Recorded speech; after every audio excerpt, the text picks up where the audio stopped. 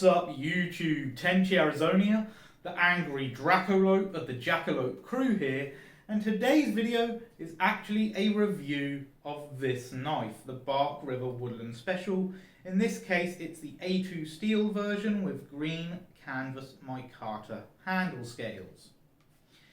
It is a very good knife, but before I get to the review I do have a little bit of bad news for you, I'm afraid. And that bad news is I have no test footage to show in this review. And I know you're already asking, dude, why don't you have any test footage? Simple reason is I screwed up and accidentally deleted all the test footage I have recorded between the last video and recording this video. And I've recorded on 3 or 4 days this week to do some test footage. The test footage I accidentally deleted included some meat cutting. It included wood prep for firewood, for campfires, or my Yuko grill more specifically. Cardboard cutting, paper cutting, even some paracord cutting. And yeah, I screwed up and deleted the lot, because I was not paying attention to what I was deleting. Now, as I record on my phone, I generally do not import the content from my phone to my computer until I'm ready to edit and release the video.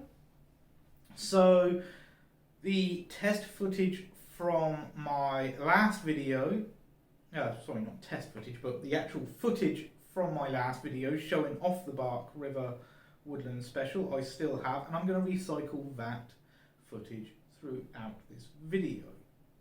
I'll put it up in the Star Spangled field on the Star Spangled banner like I did last time. Anyway, I've had this blade well over a year at this point. I got this in April of 2019 and it is now late September in 2020. So, what has been my experience with this knife? And yeah, I'm going to put the footage right up here now so you can actually see the close-ups of the knife. What is my opinion of this knife? Well, the A2 steel holds up marvellously. I haven't sharpened it once since I got it, and it was still easily cut phone book paper, which by the way was one of the tests I lost. That's kind of annoying me, to be honest.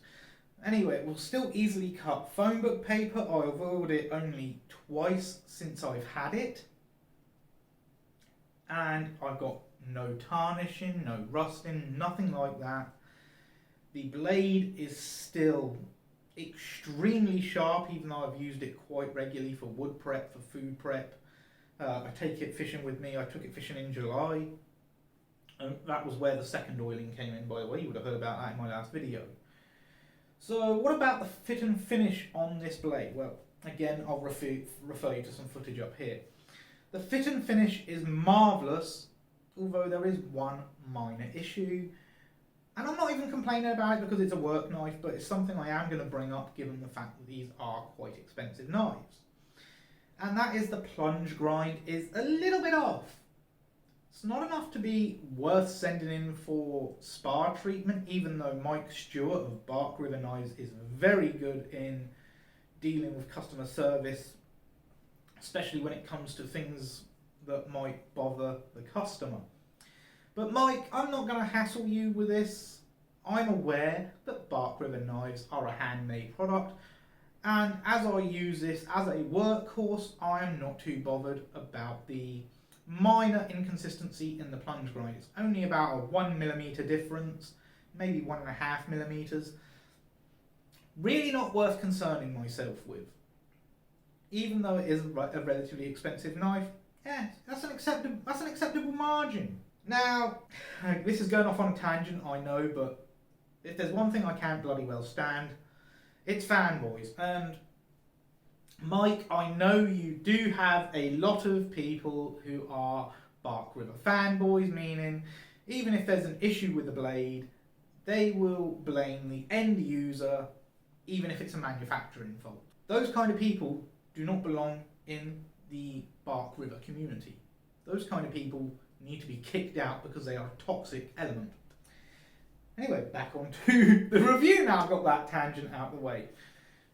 The fit and finish on the handle scales is impeccable. The pins are mated up perfectly, as is the tube. I was going to say eyelet, I'm thinking leatherwork here, sorry guys. As is the tube for the lanyard. The fit up, the marriage between the tang of the blade and the handle scales is flawless. The scales are nicely polished and quite honestly buttery smooth. Although they have got a few scratches on them now from where I've been using it. The leather sheath, and I do a little bit of leather work myself, so take this as gospel. These sheaths are bloody amazing. I have heard of people cutting the sheaths. That's not down to the manufacturing of the sheath. That is down to user error. I have heard of people having issues with the belt loops. I've had this on a 1-inch belt, maybe 1.5-inch belt, I can't remember what my belt is. Multiple times, no issues. The ferro rod loop is amazing. And take it from me, someone who's done a bit of leather work and who's been following various leather workers for quite a few years, the stitching on these sheaths are impeccable. The eyelets on the sheaths, which you've got 4 of, are also impeccably mounted. I do not see any issue with that, though I will say it is a little bit unusual to see the eyelet going through the stitch line. No problem with it though. So for sheath, I'm going to give this 5 stars on the sheath. I haven't had any problems with it. It's an amazing sheath, and again you'll probably see it close up in the footage on the side, because I am having to loop that footage unfortunately. The blade grind is amazing, 5 stars on that. Ergonomics, 5 stars. Price, well, as it's a handmade product and given the quality of the fit and finish, I have to give it 5 stars for the price, and the ergonomics are certainly 5 stars. So let's see. Sheath quality, 5 stars, grand slam. Blade quality for the grind and overall fit and finish, 5 stars. Ergos, 5 stars. And price, given the fact that it's a handmade product, 5 stars. Totally a 5-star knife. I'm not docking a point off for the uneven plunge grind because it's really not enough of a discrepancy, let's say, to be worth bothering with. So, if you're a fanboy and you think that, oh, manufacturing faults should not be addressed, no, manufacturing faults should be addressed as long as it isn't on the user's error. And a manufacturing fault isn't user error, by the way. Manufacturing fault is a manufacturing fault. If there's a micro fracture in the steel, by which I mean a microscopic fracture, that's not going to be revealed until someone uses a knife. So if a blade chips out, it's more than likely because there was a fault in the steel. It's not due to user abuse in most cases. Anyway, Mike Stewart of Bark River Knives. Well, before I got this knife, I'm going to be honest with you. Before I got the Bark River Woodland Special, I thought that the reviewers talking about your blades were just talking out of their ass, not knowing what they were saying, and just basically trying to hype you up on a overblown, overpriced product. Having got my hands on one, however, the Woodland Special here, this beautiful, beautiful knife in A2 tool steel, my opinion has changed. Your knives, sir, are worth the money. They are a quality product. Oh, and do you want to know the best part, guys? Mike knows this because he makes them, but do you want to know the best part about Bark River? If you don't like knives made in China, these are made in the USA. Yes, they're made in the land of that flag.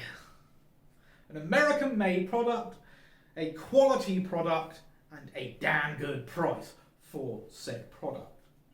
Especially when these are coming out at custom quality. Yes, you heard me right, I said they are custom quality. Bear with me a second, just had to turn my remote back on. They are custom quality and they are actually well priced, well below what most customs cost. Anyway, that's enough rambling from me, and as usual, if you like it, please subscribe, comment and share, and remember, be good to each other.